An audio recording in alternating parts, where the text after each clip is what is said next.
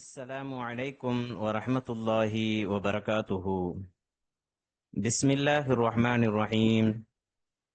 அன்பிற்குரிய அல்லாஹுவின் நல்லடியார்களே, அருமையான பாசத்திற்குரிய மாணவிய கண்மணிகளே, அர்ரியாதுல் பதிஆ கிதாபு. இன்று நாம் பாடம் 50 படிக்கப் போகிறோம். இந்த 50வது பாடத்தினுடைய தலைப்பு என்னவென்றால், பிறருக்காக ஹஜ்ஜு உம்ரா எப்போது செய்ய வேண்டும். இதை பற்றி தான் நாம் இந்த பாடத்திலே பார்க்க இருக்கின்றோம். அருமையானவர்களே,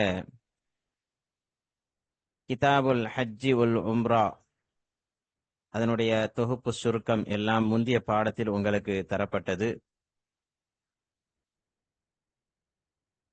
இந்த கிதாபுல் ஹஜ்ஜி உல் உம்ரா என்ற இந்த தொகுப்பில் முகத்திமா குறித்து சில செய்திகளை தான் இப்பொழுது நாம் படித்து வருகிறோம்.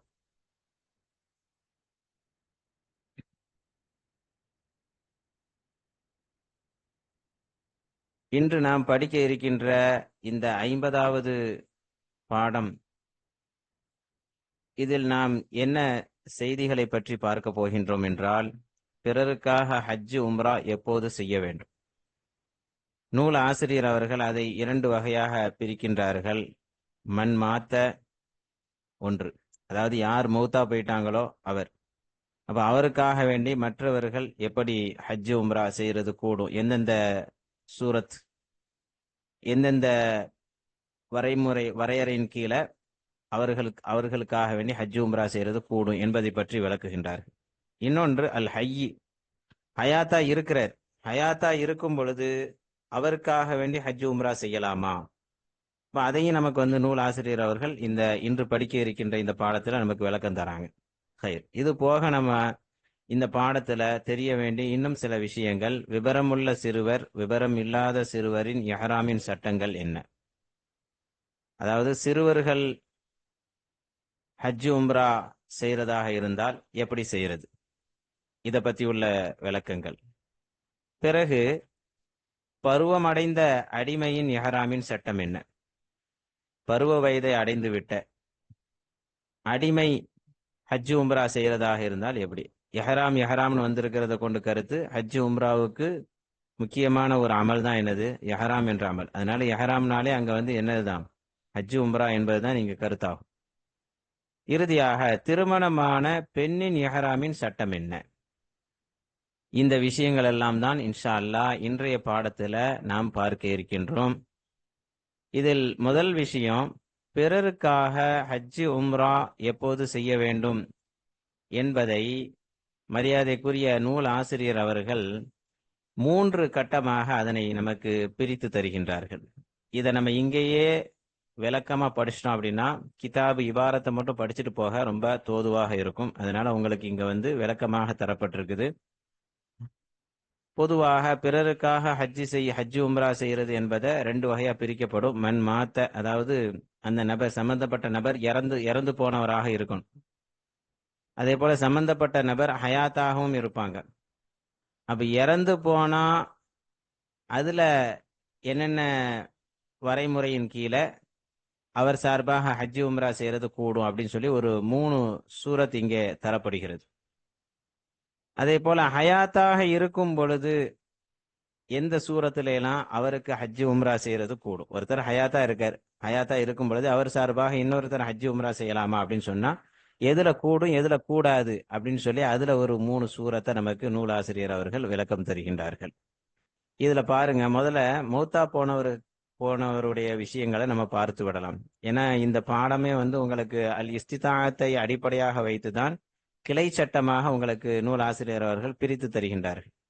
ஏன்னா முந்தைய பாடங்கள்ல ஹஜ்ஜு உம்ராவுக்கான ஷரத்துகள் என்ன அப்படின்னு நம்ம பார்த்துட்டு வந்தோம். அதுல ஒரு முக்கியமான ஷரத்து என்ன அப்படின்னா அல் இஸ்திதாத் என்பதை ஷரத்தாக ஆக்கினார்கள். அப்ப அந்த இஸ்திதாத்தின் கீழே தான் இந்த சட்டங்கள் எல்லாம் பிரிகிறது. இப்ப சம்பந்தப்பட்ட நபர் இறந்து போயிட்டார் அப்படின்னு சொன்னா, ஒமன் மாத்த வகது நசிமஹு ஹஜ்ஜத்து பர்தின், ஒருத்தர் இறந்து போயிட்டாரு, ஆனா அவருக்குமோ ஹஜ்ஜத்து ஃபர்து அப்படின்னு சொன்னா ஃபர்தான ஹஜ்ஜி அவர் மேல கடமையாக இருக்கிறது அப்படின்னு அர்த்தம். கிதாப்ல இபாரத் வரும், ஹஜ்ஜத்துல் ஃபர்து அல்லது ஹஜ்ஜத்துல் இஸ்லாம் இப்படிங்கிற வார்த்தை வந்தா அப்ப என்ன, கடமையான ஹஜ்ஜு அப்படிங்கிறது, இஸ்லாத்தினுடைய கடமையான ஹஜ்ஜி என்பது அங்க கருத்தாகும். அப்போ கடமையான ஹஜ்ஜி அவர் மேலு கடமையாக இருக்கிறது என்றால் ஜாஸ லிகுல்லி அஹதின், அப்போ ஒவ்வொருவருக்குமே ஜாயிஸ் ஆகும் அவர் சார்பாக ஹஜ்ஜி செய்வது. ஆனா அவர் இறந்து போயிட்டார். எந்த அளவுக்கு என்றால் உலவுக்கான அஜ்னபியன், அவர் ஒரு அந்நியராக இருந்தாலும் கூட, அந்நியர் அப்படின்னு சொன்னா அங்க நம்ம நண்பர் எடுத்துக்கொள்ளலாம், அல்லது உஸ்தாது மாணவர், இதே மாதிரி ஒரு தொடர்பை நாம் எடுத்துக்கொள்ளலாம், அல்லது சம்பந்தமே இல்லாத ஒரு மூணாவது நபர் இறந்து போனவருக்காக வேண்டி ஹஜ்ஜி செய்யலாமான்னு கேட்டா ஹஜ்ஜி செய்யலாம். இல்லம் யஅதன் லஹுல் வாரிசு, எந்த அளவிற்கு என்றால் இறந்து போனவரினுடைய வாரிசு அந்த ஹஜ்ஜி செய்யக்கூடியவருக்கு அனுமதி வழங்கவில்லை என்றாலும் சரி, இவரா விரும்பி என்ன செய்யறாரு, அவர் மேல உள்ள ஒரு பிரியத்தினால என்ன செய்யறாரு, இவரா ஹஜ்ஜி செய்யறாரு அப்படின்னு சொன்னா அந்த ஹஜ்ஜு கூடும். இதெல்லாம் என்னது, ஹஜ்ஜ பதலி, ஹஜ்ஜ நியாபத், நியாபத் அப்படின்னு சொல்லலாம். அப்ப அந்த ஹஜ்ஜு கூடும். இல்லம் யாதன் லஹுல் வாரிசு ஐயஹுஜ்ஜஹா அன்ஹு, அதாவது அவரை தொட்டும், ஐயஹுஜ்ஜஹு, யஹுஜ்ஜஹா கிடையாது, ஐயஹுஜ்ஜஹு அவரை தொட்டும் அவர் ஹஜ்ஜி செய்வதற்கு,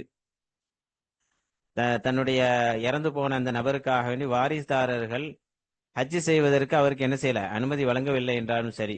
இல்லம் யூசி பிஹா பி ஹயாத்திஹி, அதே போல இந்த இறந்து போனவர் அவர் ஹயாத்தா இருக்கும் காலத்திலேயே தனக்காக வேண்டி ஹஜ்ஜி செய்ய வேண்டும் என்று அவர் வசியத்து செய்யவில்லை என்றாலும் சரியே.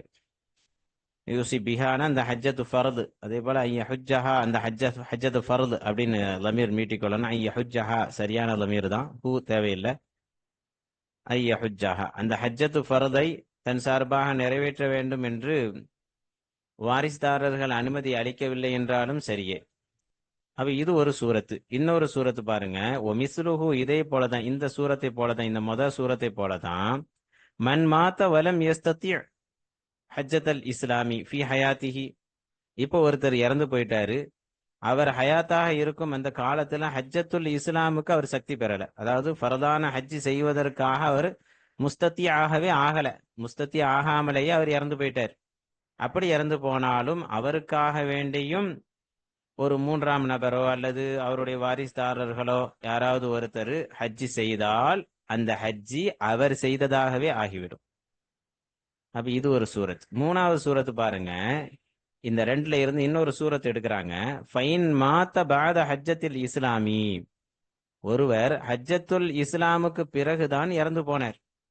ஹஜ்ஜத்துல் இஸ்லாமுக்கு பிறகு இறந்து போனார் அப்படின்னா அவர் மேல கடமையான அந்த ஹஜ்ஜை நிறைவேற்றிய பிறகுதான் அவர் இறந்து விட்டார். வலைச அலைஹி ஃபரதுன், அவர் மீது, அந்த இறந்து போன அந்த நபரின் மீது ஃபரதான ஹஜ்ஜி எதுவும் இல்லை. ஏன்னா அவர் ஹஜ்ஜத்துல் இஸ்லாமை நிறைவேற்றி விட்டார் அல்லவா. அப்ப ஃபரதான ஹஜ்ஜி ஏதும் அவர் மீது இல்லாமல் இருக்கும் நிலையிலே இப்ப அவர் இறந்து விட்டார் என்றால், இந்த இறந்து போனவருக்காக வேண்டி வாரிசுதாரர்களோ அல்லது மூன்றாம் நபரோ ஹஜ்ஜி செய்யலாமா என்றால், தவக்கஃபல் ஹஜ்ஜு அன்ஹு, இந்த நபரின் சார்பாக ஹஜ்ஜி செய்யுதல் மௌகூஃபாக ஆகிவிடும், அதாவது நின்றுவிடும். இந்த சட்டம் நிலை பெறுகிறது. யாரின், எதன் மீது, அலா இது நிகி, அந்த இறந்து போகக்கூடிய அந்த நபரினுடைய அனுமதியின் மீது. அவர் இறந்து போறதுக்கு முன்னால அவர் என்ன செஞ்சிருக்கணும், அனுமதி அளிச்சிருக்கணும், வசியத்தாக ஏதாவது சொல்லி இருக்கிறோம். அலா இது நிகி, அவருடைய அனுமதியின் மீதுதான் இந்த ஹஜ்ஜி மௌகூஃபாக நிலை பெறுகிறது. ஃபீஹி, இவருடைய விஷயத்தில, கபில மௌத்திஹி, அவர் மௌத்தாகுவதற்கு முன்னதாக இந்த அவருடைய விஷயத்திலே அவருடைய அனுமதியின் மீது அவர் சார்பாக ஹஜ்ஜி செய்யுதல் என்பது மௌகூஃபாக ஆகும். ஃபீஹி என்பது இந்த மசாலாவுல, ஃபீஹி என்பது நம்ம எது குறித்து நம்ம பேசி கொண்டு வருகிறோமோ, அதாவது ஃபர்தான ஹஜ்ஜி நிறைவேற்றிய பிறகு ஒருத்தர் மௌத்தா போகிறார் என்றால் அவர் சார்பாக ஹஜ்ஜி செய்யலாமா என்ற இந்த விஷயத்திலே அவர் மௌத்தா போறதுக்கு முன்னால அது குறித்து அவர் என்ன செஞ்சிருக்கணும், அனுமதி அளிச்சிருக்கணும், எனக்காக வேண்டி ஒருத்தர் ஹஜ்ஜி செய்யணும் அப்படின்னு சொல்லி.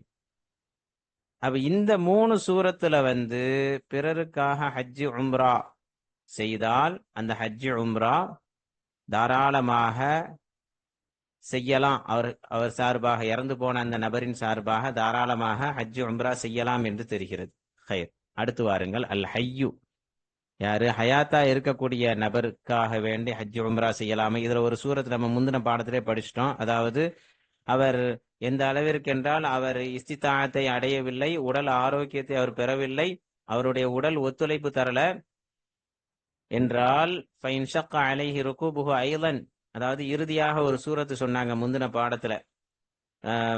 கால்நடையாக சுமை தூக்கிகள் அவங்க சுமந்து கொண்டு போற அளவுக்கு கூட அவர் அந்த கட்டில இருந்து அவரால் ஹஜ்ஜி செய்ய முடியாது, அந்த அளவுக்கு அவர் உடல் ஆரோக்கியம் இழந்து விட்டார் என்றால் ஃபலா யஜிபு அலைஹில் ஹஜ்ஜு பினப்சிஹி, அப்ப இவர் மீது தானாக ஹஜ்ஜி கடமையாகாது. பல் யஜிபு அலைஹி, ஆனா இவர் மேல கடமையாகும் என்ன அப்படின்னா ஐ யஸ்தஅஜிர, இவர் ஒருவரை கூலிக்காக வேண்டி ஆள் எடுத்துக்கொள்ள வேண்டும். அதற்கு தேவையான செலவுகள் என்னவோ அந்த செலவுகளை எல்லாம் ஒருத்தர்கிட்ட கொடுத்து தன் சார்பாக நீ ஹஜ்ஜி செஞ்சுட்டு வா அப்படின்னு சொல்லி என்ன செய்யணும், அவரை அனுப்பி வைக்கணும். இந்த சூரத்துல அடுத்தவர் இவருக்காக வேண்டி ஹஜ்ஜி செய்தால் அந்த ஹஜ்ஜி நிறைவேறிவிடும். அடுத்து வாருங்கள், இன்னொரு சூரத் எடுக்கிறாங்க. இன்னொருத்தர் எந்த அளவிற்கு என்றால், இன்னொருத்தர் சொல்றாரு, எனக்கு உஜரத்துலாம் வேண்டாம், உன் சார்பா நான் ஹஜ்ஜி செய்யறேன். ஃபைன் வஜத மை யஹஜ்ஜு அன்ஹு பிலா உஜரத்தின், மேல உஜரத், அதாவது கூலி கொடுத்து ஹஜ்ஜி செய்ய வைக்கிறது. இங்க கூலி ஏதும் கொடுக்காமலேயே ஒருவர் அவராக முன் உனக்கு நான் ஹஜ்ஜி செய்யறேன்பா அப்படின்னு சொல்லி சொல்றாரு அப்படின்னா வஜப அலைஹி ஐயா அதன் அழகு, அப்ப அவருக்கு அனுமதி கொடுக்கிறது இந்த நபரின் மீது வாஜிபாக ஆகும். சரிப்பா அப்படின்னா ஓகே, என் சார்பாக நீ என்ன செய், எனக்காக வேண்டி நீ ஹஜ்ஜி செஞ்சுட்டு வா அப்படின்னு சொல்லி அவர் அனுமதி கொடுக்கணும் ஹயாத்தா இருக்கும் பொழுது. அப்ப இதெல்லாம் ஹயாத்தா இருக்கக்கூடிய சூரத். மூன்றாவது ஒரு சூரத் எடுக்கிறாங்க பாருங்க. வலா யஸிஹுல் ஹஜ்ஜு அனில் ஹய்யி, பொதுவாகவே ஹயாத்தா இருப்பவரின் சார்பாக மற்றவர் ஹஜ்ஜி செய்யறது கூடாது.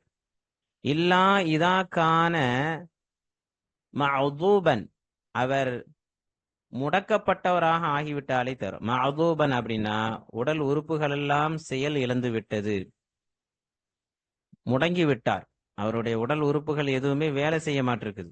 அப்படிப்பட்ட நபராக இருந்து அதின ஃபீஹி லிமை யஃபஅலுஹு அன்ஹு, அதே போல அவர் என்ன செய்யணும், தன் விஷயத்திலே அல்லது தன்னுடைய அந்த ஹஜ்ஜு குறித்து அந்த விஷயத்திலே அவர் அனுமதி வழங்க வேண்டும். லிமை யஃபஅலுஹு அன்ஹு, அவர் சார்பாக அந்த ஹஜ்ஜை எவர் செய்வாரோ அவருக்கு, அவர் சார்பாக அந்த ஹஜ்ஜை எவர் செய்வாரோ அவருக்கு இவர் என்ன செய்யணும், அனுமதியும் வழங்கி இருந்தாலே தவிர. ரெண்டு விஷயம், அவர் மஅதூபா இருக்கணும், அதே போல இவர் அனுமதியும் கொடுத்திருக்கணும். அப்படி இருந்தால் அவர் ஹயாத்தாக இருந்தாலும் அவர் சார்பாக மற்றவர்கள் ஹஜ்ஜி செய்தால் அந்த ஹஜ்ஜி நிறைவேறிவிடும். சரி, இதுல இன்னொரு சூரத்தை நம்ம எடுக்கலாம். அதாவது அவரால் அனுமதி கொடுப்பதற்கான ஒரு சூழல் கூட அவர்கிட்ட இல்லை. அவர் அந்த அளவுக்கு, அதாவது படுத்த படுக்கையாகவே இருக்கிறார், இந்த கோமா ஸ்டேஜ் அப்படின்னு சொல்லுவாங்க, அந்த நிலைக்கு அவர் போயிட்டார் அப்படின்னு சொன்னா அப்போ அந்த இடத்துல எப்படி? ஏன்னா அவர் மஅதூப் ஒண்ணு, இந்த இடத்துல அவரால் அனுமதி கொடுக்க முடியாது. அப்ப அவருடைய வாரிசுதாரர்கள் என்ன செய்யணும், அவருக்காக வேண்டி அனுமதி கொடுக்க வேண்டும். தன்னுடைய தந்தையின் சார்பாக இன்னொருத்தர் அவர் ஹஜ்ஜி செஞ்சுட்டு வரலாம், அல்லது இன்னொருத்தர் என்ன செய்யலாம், ஹஜ்ஜுக்காக வேண்டி அனுப்பி வைக்கலாம். இப்படி ஒரு 3 சூரத் ஹயாத்தா இருக்கக்கூடிய நிலையில அவர் சார்பாக மற்றவர்கள் ஹஜ்ஜி செய்தால் எதுல எல்லாம் கூடும் எதுல கூடாது அப்படிங்கிற விளக்கங்களை இதுல தந்திருக்கிறாங்க. அருமையானவர்கள், அப்ப இந்த பக்கத்துல ஒருவர் இறந்து விட்டார் என்றால் அவர் சார்பாக எந்தெந்த சூரத்துல எல்லாம் ஹஜ்ஜி செய்யறது கூடும் என்று நம்ம இந்த பக்கத்துல பார்த்தோம். ஹயாத்தா இருக்கும் பொழுது அவர் சார்பாக எந்தெந்த சூரத்துல ஹஜ்ஜி செய்யறது கூடும் என்பதை நாம் இங்கே பார்த்து விட்டோம். இப்பொழுது நாம் பாடத்தை படிக்கலாம், வாருங்கள். தேவையான விளக்கங்கள் எல்லாம் உங்களுக்கு முந்தின பக்கத்திலே தரப்பட்டது. பிஸ்மில்லாஹிர் ரஹ்மானிர் ரஹீம். இப்ப நம்ம பாடம் எங்க இருந்து படிக்கணும் அப்படின்னா இங்க இருந்து படிக்கணும். ஃபைன் வஜத மை யஹுஜ்ஜு அன்ஹு, இங்க இருந்து படிக்கணும்.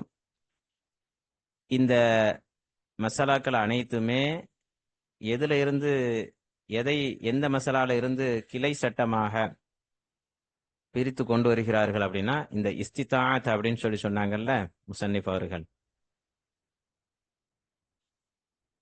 அதாவது ஒரு மனிதர் மேல ஹஜ்ஜோ உம்ராவோ வாஜிபாகணும் அப்படின்னா அதற்கான ஷரத்துகள் 5 அப்படின்னு சொன்னாங்க. அதுல 5வது ஷரத்து தான் அல் இஸ்திதாத். இந்த 5வது ஷரத்துக்காக வேண்டிதான் இத்தனை மசாலாக்கள் உங்களுக்கு தனித்தனியாக பிரித்து நூல் ஆசிரியர் அவர்கள் கூறுகின்றார்கள். இப்ப நம்ம படிக்க போறதும் அதை தொடர்ந்து வருகிறது. ஃபைன் வஜத மை யஹுஜ்ஜு அன்ஹு பிலா உஜ்ரத்தின், எந்தவித கூலியும் இல்லாமல் அவர் சார்பாக யார் ஹஜ்ஜி செய்வாரோ அப்படிப்பட்ட ஒருவரை அந்த மனிதர் இயலாதவர் பெற்றுக்கொண்டால், பிலா உஜரத்தின் கூலி ஏதும் இல்லாமல், வஜப அலைஹி, இந்த வாவு தேவையில்லை, வஜப அலைஹி ஐயஅதன லஹு, அப்ப அந்த மனிதருக்கு அனுமதி வழங்குவது அவர் மீது வாஜிபாகும். என் சார்பாக நீ ஹஜ்ஜி செஞ்சுட்டு வா அப்படின்னு சொல்லி என்ன செய்யணும், இந்த இயலாதவரின் மீது வாஜிபாக ஆகிவிடும். அடுத்து வாருங்கள், இன்னொரு சூரத்தை எடுக்கிறாங்க. ஒமன் மாத்த வகது லசிமஹு ஹஜ்ஜத்து ஃபரதின், இன்னும் ஒருவர் இறந்து விட்டார், அவருக்குமோ பரதான ஹஜ்ஜி அவசியமாக திட்டமாக அவசியமாக இருக்கும் நிலையில், வகது லசிமஹு ஹஜ்ஜத்து ஃபர்தின், வகது லசிமஹு என்றால் அவருக்கு ஃபரதான அந்த ஹஜ்ஜி திட்டமாக கடமையாக ஆகியிருக்கும் நிலையில் அவர் மரணித்து விட்டார். இப்போ லசிம என்பதை கொண்டு கருத்து என்ன அப்படின்னா, கது வஜப கது ஃபரத என்பது அங்கு அர்த்தமாகும். அதாவது அவர் மீது ஃபரதான ஹஜ்ஜி கட்டாய கடமையாக இருக்கும் நிலையிலே அவர் மரணித்து விட்டார் என்று இங்க கருத்து வைத்துக் கொள்ள வேண்டும். ஜாஸ லிகுல்லி அஹதின், அப்படி என்றால் ஒவ்வொரு நபருக்கும் ஜாயிஸ் ஆகும். ஒலவுக்கான அஜ்னபியன், அந்த நபர் அந்நியராக ஆகியிருந்தாலும் சரியே. ஒயில்லம் யஅதன் லஹுல் வாரிசு, அந்த நபருக்கு, அந்த மூன்றாம் நபருக்கு இறந்து போனவருடைய அந்த வாரிசுதாரர்கள் அனுமதி வழங்கவில்லை என்றாலும் சரியே, ஜாயிஸ் ஆகும். என்ன ஜாயிஸ் ஆகும்? ஐ யஹுஜ்ஜஹா, அந்த ஹஜ்ஜத்து ஃபர்தை ஹஜ்ஜாக நிறைவேற்றுவது, அன்ஹு அவர் சார்பாக. ஒயில்லம் யூசி பிஹா ஃபி ஹயாத்திஹி, அந்த ஹஜ்ஜத்து ஃபர்தை கொண்டு இந்த இறந்து போன அந்த நபர் தன்னுடைய ஹயாத்தாக இருக்கும் காலத்திலே அந்த ஹஜ்ஜத்து ஃபர்தை கொண்டு வசியத்து செய்யவில்லை என்றாலும் சரியே, இறுதி உபதேசம் எதுவும் செய்யல, மரண வசியத்து எதுவும் செய்யல என்றாலும் சரியே.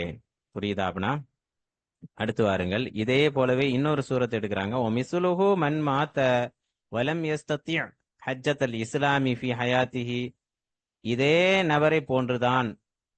யாருக்கும் சட்டம், மன் மாத்த, ஒருவர் இறந்து விட்டார், வலம் யஸ்தத்தி ஹஜ்ஜத்தல் இஸ்லாம் ஃபி ஹயாத்தி, அவர் ஹயாத்தாக இருக்கும் காலத்திலே ஹஜ்ஜத்துல் இஸ்லாமுக்கு, ஹஜ்ஜத்துல் இஸ்லாம்னு ஃபர்தான ஹஜ்ஜுக்கு அவர் சக்தி பெறவில்லை. ஃபர்தான ஹஜ்ஜுக்கு, இஸ்லாத்தினுடைய அந்த ஹஜ்ஜு, கடமையான அந்த ஹஜ்ஜை நிறைவேற்றுவதற்கு அவர் இஸ்திதாத்தை அடையவில்லை என்றால், அவர் சார்பாக மூன்றாம் நபர் ஹஜ்ஜி செய்யலாமா என்றால் ஹஜ்ஜி செய்யலாம். வாரிசுதாரர்கள் அதற்கு அனுமதி வழங்கவில்லை என்றாலும் சரியே, அதே போல இவர் வசியத்து செய்யவில்லை என்றாலும் சரியே, இந்த இறந்து போன அந்த நபர் ஹயாத்தா இருக்கும் பொழுது வசியத்து செய்யவில்லை என்றாலும் சரியே, செய்யலாம். இவர் முஸ்தத்தியாக ஆகல, ஹஜ்ஜி தான் அவர் மேல கடமை இல்லை, அவர் சார்பாக ஹஜ்ஜி செய்தா இந்த ஹஜ்ஜி நிறைவேறிவிடும்.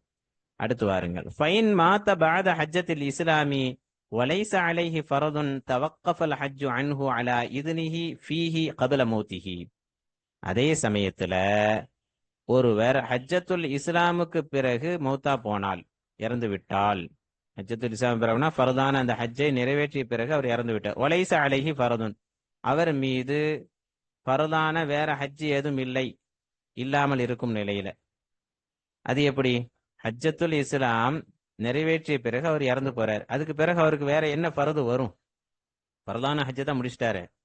இந்த இடத்துல ஒரு சூரத்தை நம்ம புரிஞ்சுக்கிடணும்.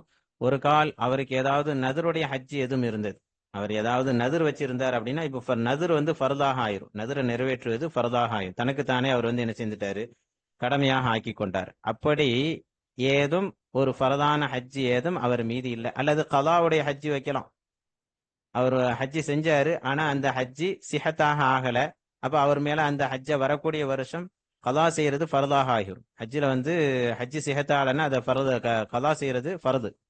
அப்ப அதுக்கு முன்னாடி அவர் ஒஃபாத் ஆயிட்டாரு அப்படின்னு சொன்னா, இப்போ ஃபரதான ஹஜ்ஜி ஏதும் இல்லாமல் இருக்கும். அப்ப இதெல்லாம் ஃபரதான ஹஜ்ஜி இருக்கும் நிலையில ஒஃபாத் ஆயிட்டாரு. அப்ப இந்த சூரத்து வேற.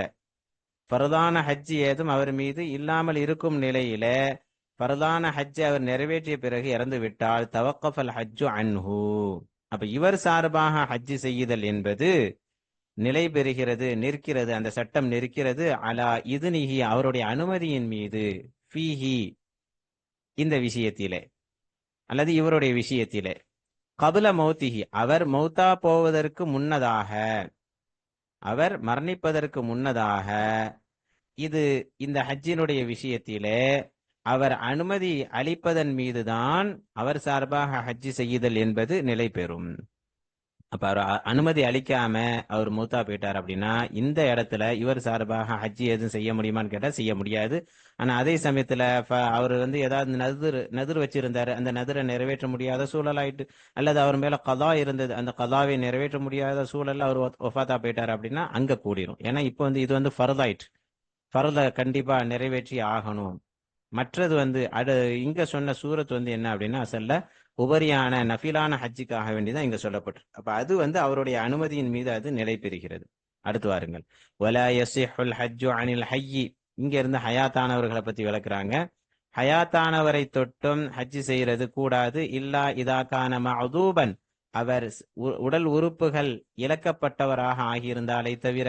மேலும் வாதின ஃபீஹி, அதன் தன் விஷயத்திலே அவர் அனுமதி அழைத்து இருக்க வேண்டும். லிமை யஃபஅலுஹு அன்ஹு, தன் சார்பாக அவருக்கு யார் ஹஜ்ஜி செய்வாரோ அவருக்கு அவர் அனுமதி அளித்தவராக இருக்க வேண்டும். அல்லது தன் சார்பாக அதை யார் செய்வாரோ அந்த ஹஜ்ஜை, இந்த ஹூ உடைய லமீர் ஹஜ்ஜுக்கு மீட்டிக்கிடணும். இங்க ஃபீஹி ஹஜ்ஜின் பக்கம் மீட்டிக்கொள்ளலாம், அல்லது இவருடைய விஷயத்திலே அப்படின்னு நம்ம வைக்கலாம். இவருடைய விஷயத்திலே அனுமதி வழங்க வேண்டும். லிமை யஃபஅல்ஹு அன்ஹு, அவர் சார்பாக அந்த ஹஜ்ஜை எவர் செய்வாரோ அவருக்கு அவர் அனுமதி வழங்கி இருக்க வேண்டும்.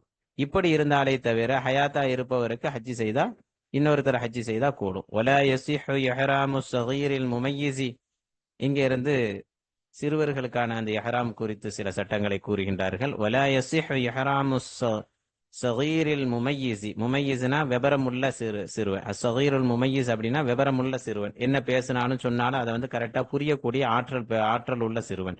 அப்ப அந்த சிறுவனின் சார்பாக இஹ்ராம் சரியாகாது. இல்லா பிஇذن வலியிஹி, அந்த சிறுவனுடைய வலியின் அனுமதி கொண்டே தவிர. அப்ப அனுமதி வலி பொறுப்புதாரி, வலினா பொறுப்புதாரி, அந்த பொறுப்புதாரு அனுமதி அளித்தால்தான் அவர் அந்த சிறுவர் என்ன செய்ய முடியும், விவரமுள்ள அந்த சிறுவர் ஹஜ் உம்ராவுக்காண்டி எஹராம் கட்ட முடியும். இல்லைன்னா எஹராம் கூடாது. சரி, அடுத்து வகைரில் முமையிசி, இதே விவரம் இல்லாத சிறுவராக இருந்தால், அஸ்ஸகீரு கைருல் முமையிஸ், விவரம் இல்லாத சிறுவரினுடைய எஹராம் எப்படி அப்படின்னா, யஹ்ரும அன்ஹு வலியுஹு, இந்த ஹூ உடைய தமீர் அஸ்ஸகீருல் கைருல் முமையிஸின் பக்கம் மீளுது. அப்ப அவர் சார்பாக அந்த சிறுவனுடைய வழிதாரர், பொறுப்புதாரி எஹ்ராம் கட்டுவார். யஹ்ருமு அப்படின்னா ஹஜ் உம்ராவுக்காக வேண்டி நீயத்து வைத்து தல்பியா முழங்கி அவர் எஹ்ராம் அணிந்து கொள்வார். எஹ்ராம் அணிகிறதுனா, எஹ்ராம் அணிகிறதானா அந்த சிறுவன் தான் அணிவான். இவர் என்ன செய்யணும், நியத்து எல்லாம் இவர் வைத்துக் கொள்ள வேண்டும். அதே போல அந்த சிறுவனை கைருல் முமையிஸ், அந்த சிறுவனை அவர் ஹாதிர் படுத்துவார், அழைத்து வருவார். மவாதிஅன் நுசுகி குல்லிஹா, அந்த நுசுக்குடைய ஹஜ் உம்ராவுடைய அமல்களை நிறைவேற்றக்கூடிய அந்த இடங்கள், அந்த இபாதத்துக்கான இடங்கள் அனைத்திற்கும் அவர் ஹாதிர்படுத்துவார். மவாதிஉன் நுசுக் என்றால் ஹஜ் உம்ராவுடைய அமல்கள் செய்வதற்கான அந்த இடங்கள்.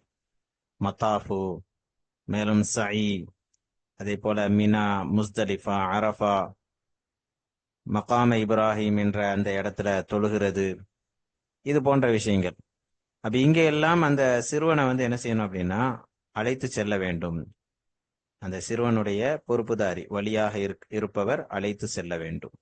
அழைத்து வருவார். ஹத்தா, எந்த அளவிற்கு என்றால் இறுதியாக இந்த ரம்இல் ஜிமார், ஜமராத்துகளுக்கு கல் எறியக்கூடிய அந்த சமயத்திலும், கல் எறியக்கூடிய அந்த இடத்திலிருந்தும், அதாவது ஹத்தா எதுவரை என்றால் இந்த ரமியல் ஜிமாரி, ஜிமார் ரமியல் ஹிஜார் அப்படியும் இருக்குது சில நுஸ்காவில். இங்க வந்து ஜிமார்னு இருக்கு. ஜிமார் அப்படின்னா ஜமராத், கல் அடிக்கக்கூடிய அந்த இடங்கள். அந்த இடத்துல கல் எரியும் சமயத்திலும், கல் எரியக்கூடிய அந்த இடத்திலும் அவர் வந்து என்ன செய்வார், அந்த சிறுவனை அழைத்து வருவார். அடுத்து வாருங்கள். ஒயுதஹிருஹு, அவரை சுத்தப்படுத்துவார். அவர் குளிக்க வைக்கிறது, ஒது செய்ய வைக்கிறது, இது எல்லாம் செய்வார். ஒயதஹரு மஅஹு, அதே போல அந்த சிறுவனுடன் தானும் சுத்தமாகி கொள்வார். இந்த வலியும் என்ன செய்வாரு, சுத்தமாகி கொள்வாரு. லித்தவாஃபி, தவாஃபுக்காக வேண்டி. ஏன்னா தவாப் செய்ய வேண்டியது இருக்குதுல்ல, அதனால ரெண்டு பேருமே சேர்ந்து சுத்தமாயிருவாங்க. வயதூஃபு வயஸஆ பிஹி, இன்னும் அவர் அந்த சிறுவனின் சார்பாக தவாப் செய்வார், இன்னும் அந்த சிறுவனை கொண்டு சஇ செய்வார். பஅத அன் யதூஃப வயஸஆ அன் நஃப்ஸிஹி, தன் சார்பாக அவர் தவாப் செய்த பிறகு, இன்னும் தன் சார்பாக அவர் சஇ செய்த பிறகு. அதாவது சிறுவருக்காக வேண்டி இந்த வழிதாரர் அமல் செய்வார் என்பதற்காக வேண்டி தன்னுடைய அமலை விட்டுறக்கூடாது, அல்லது ரெண்டு பேத்துக்கு சேர்த்து ஒரே அமல் செய்யக்கூடாது. இவருக்கு தனியா அமல் செய்யணும், அவருக்கு தனியா அமல் செய்யணும். அதனாலதான் இங்க சொல்றாங்க பாத அன் யதூஃப வயஸஆ அன் நஃப்ஸிஹி, தன் சார்பாக தவாஃப் என்னும் சஇ செய்த பிறகு அந்த சிறுவனின் சார்பாக என்ன செய்யணும், தவாஃப் என்னும் சஇ செய்து கொள்வார். இது ஒண்ணு.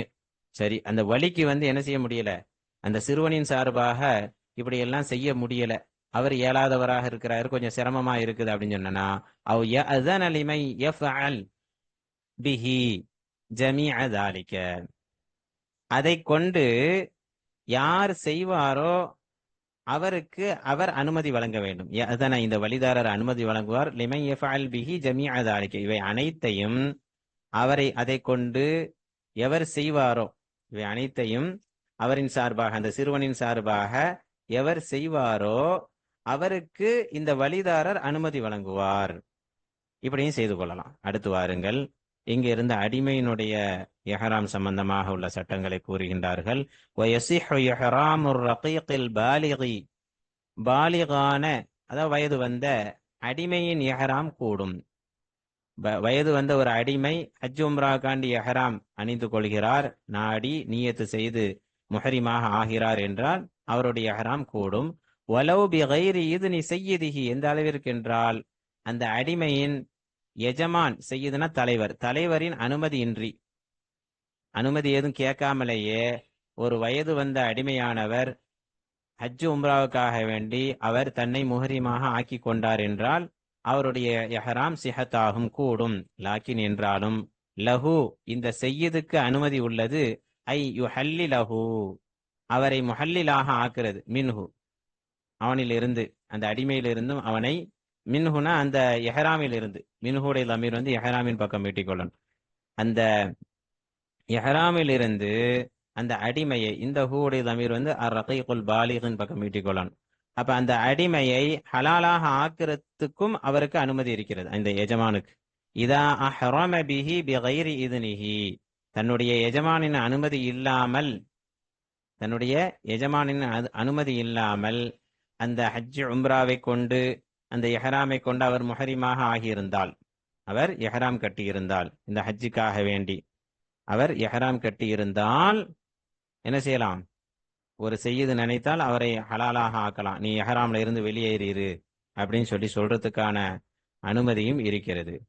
ஆனால் அதே சமயத்துல ஒல் அவுலா லஹு, இந்த எஜமானனுக்கு சிறந்தது, ஹீனைதின், இந்த நேரத்துல ஐய அதன லஹு ஃபி இத்மாமி நுசுகிஹி, அந்த அடிமையினுடைய நுசுக்கை பரிபூர்ணப்படுத்துவதிலே அவனுக்காக வேண்டி அனுமதி வழங்குவதுதான் இந்த நேரத்திலே சிறந்ததாக இருக்கிறது. ஐய அதன லஹு, அந்த அடிமைக்கு அனுமதி வழங்குவது இந்த எஜமானன், ஃபி இத்மாமி நுசுகிஹி, அவனுடைய நுசுக்கை பரிபூர்ணப்படுத்தும் விஷயத்திலே, அதுதான் சிறந்தது.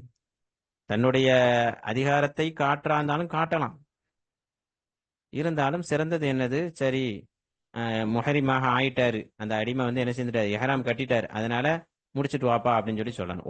இத்மாமி நுசுகிஹி, நுசுக் என்றால் வணக்கங்கள், ஹஜ் உம்ரா உடைய வணக்கங்களுக்கு நுசுக் என்று சொல்லப்படும். அவனுடைய வணக்கங்களை பரிபூர்ணப்படுத்தும் விஷயத்திலே, ஒமிசுலுஹு, இதே போலதான் இந்த ரகீகுல் பாலிக் வயது வந்த அடிமையினுடைய சட்டம் இஹ்ராமுடைய விஷயத்துல எப்படி சொல்லப்பட்டதோ அதே போலதான் சட்டம் ஃபீ தாலிக இந்த விஷயத்திலே ஃபீ தாலிக ஜௌஜதி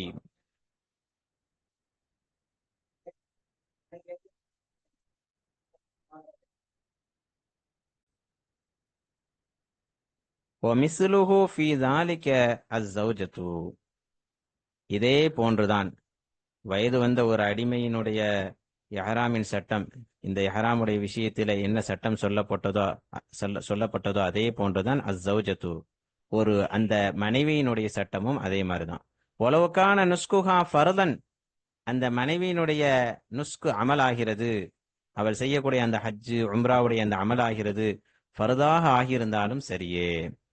இல்லா இதா ததையக ஃபர்தாக ஆகியிருந்தாலும் சரி அப்படின்னா என்ன சொல்ல வராங்கங்க, ஒரு கணவன் நினைத்தால் என்ன செய்யலாம், அந்த தன்னுடைய மனைவியை இஹ்ராம்ல இருந்து வெளியாக்க முடியும், வெளியாக்குறதுக்கான அனுமதி இருக்கிறது. ஆனா சிறந்தது என்னது, அப்படியே முஹரிமாகவே ஆக்கி அந்த அமலை முடிக்க வைக்கிறது தான் நல்லது. ஆனா அதே சமயத்துல இல்லா இதா ததையக அலைஹா அவள் மீது நெருக்கடியானதாக ஆகியிருந்தாலே தவிர, இல்ல என்றாலும் இதா ததையக அந்த நுசுக் அவள் மீது அலைஹா அவள் மீது நெருக்கடிக்குரியதாக இருந்தால் அப்ப சட்டம் மாறும். நெருக்கடியாக இல்லை என்றால் தன்னுடைய கணவனுக்கு அனுமதி இருக்குது அந்த இஹ்ராம்ல இருந்து வெளியாக்குறதுக்கு. நெருக்கடியாக இருந்தால் என்ன, நெருக்கடியாக இருந்தால் அந்த நேரத்துல அந்த மனைவி என்ன செய்யலாம், தன்னுடைய அந்த ஹஜ்ஜுடைய அமலை முடித்து கொள்ள வேண்டும். கணவன் சொன்னாலும் கேட்க தேவையில்லை. நெருக்கடியாக இருக்குது நெருக்கடியாக இல்லை என்பதை நம்ம எப்படி புரிகிறது, உதாரணமாக வயோதிகத்தின் காரணமாக நம்ம எடுத்துக்கொள்ளலாம். திரும்ப அவங்க அந்த ஹஜ்ஜினுடைய அமல்ல இருந்து வெளியாக்கிட்டாங்கன்னா அடுத்து வரக்கூடிய வருஷம் என்ன செய்யணும், அவங்க ஹஜ்ஜி செய்யணும். அப்ப அதெல்லாம் சிரமம்.